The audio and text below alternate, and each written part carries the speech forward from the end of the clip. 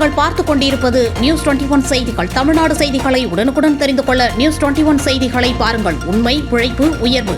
போரூரில் சாலையில் கவிழும் விதமாக உள்ள மின்கம்பம் அசம்பாவிதம் ஏற்படும் அபாயம். மின்வாரிய உயர் அலுவலர்கள் அலட்சிய போக்கு. அலுவலகத்தின் அருகிலே மின்கம்பம் சேதம் அடைந்து கவிழும் விதமாக காட்சியளிப்பு.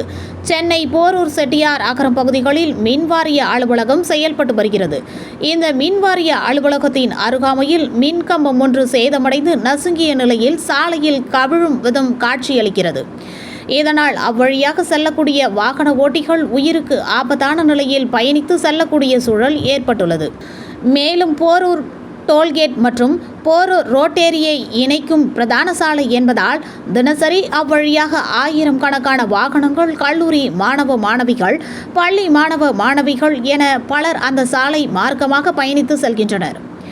எனவே எப்பொழுது வேண்டுமானாலும் மின்கம்பம் சாலையில் கவிழ்ந்துவிடும் நிலை உள்ளதால் பெரும் அசம்பாவிதம் ஏதும் ஏற்படுவதற்கு முன்னதாக உயர் அலுவலர்கள் மின்கம்பத்தை சீரமைத்து நடவடிக்கை எடுக்க வேண்டும் என கோரிக்கை எழுந்துள்ளது. மேலும் சேதமடைந்து சாலையில் கவிழும் விதமாக உள்ள மின்கம்பத்தின் அருகாமையில் மின்வாரிய அலுவலகம் உள்ளது என்பதும் குறிப்பிடத்தக்கது.